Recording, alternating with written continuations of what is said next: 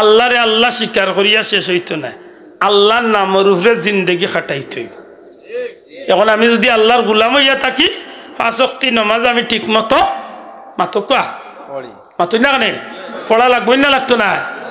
আমি রোজা মাসে রোজা রাখা লাগবই না লাগতো না?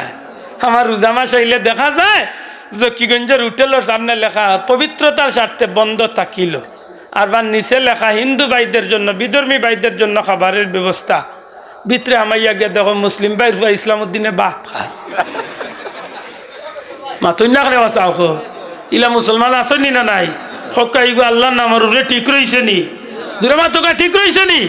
এটা খুব সতর্কতা হন জানো। মিশা মাত আল্লাহর দোয়াই দিয়া হইয়ার মিশা মাত খান বাদ দেওয়ার চেষ্টা করো।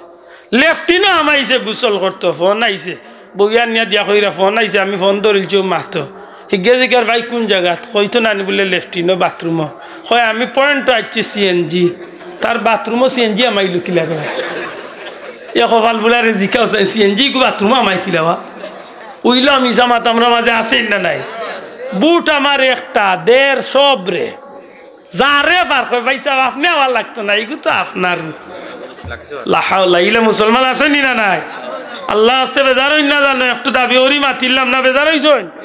আমরা আল্লাহর নামের উপরে ঠিক থাকতাম। জুড়ে কত আমরা আল্লাহর নামের উপরে ঠিক থাকতাম। যদি আল্লাহর নামের উপরে ঠিক থাকিয়া জীবনটারে আমি জেলখানার ভিতরে মনে করি আল্লাহর গোলামির জিন্দেগিরে বানাই লিতাম পারি, মনে রাখুন জানো আল্লাহ কইরা তাতানাজ্জালু আলাইহিমুল মালাইকা, একগুলো ফিরিস্তা হল আল্লাহ আমার আপনার মৌতর সময় ফাটাইয়া দিবা।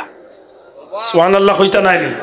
এরা আইবা খুব সুন্দর সুরত, যারা দেখলে মায়া লাগে, মাতই না?